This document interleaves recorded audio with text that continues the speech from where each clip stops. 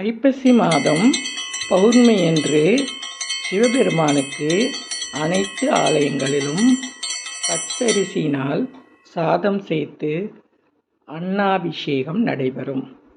வருடத்திற்கு ஒரு முறை நடக்கும் இந்த நிகழ்ச்சியை பார்ப்பவர்கள் வருடம் முழுவதும் அன்னத்திற்கு பஞ்சமில்லாமலும் வாழ்க்கை சுகமாகவும் வேண்டும் வரையும் வேண்டும் வரமும் கொடுப்பவர் நமச்சிவாயர். ஓம் நமச்சிவாயா. ஒரு முறை இந்த தரிசனத்தை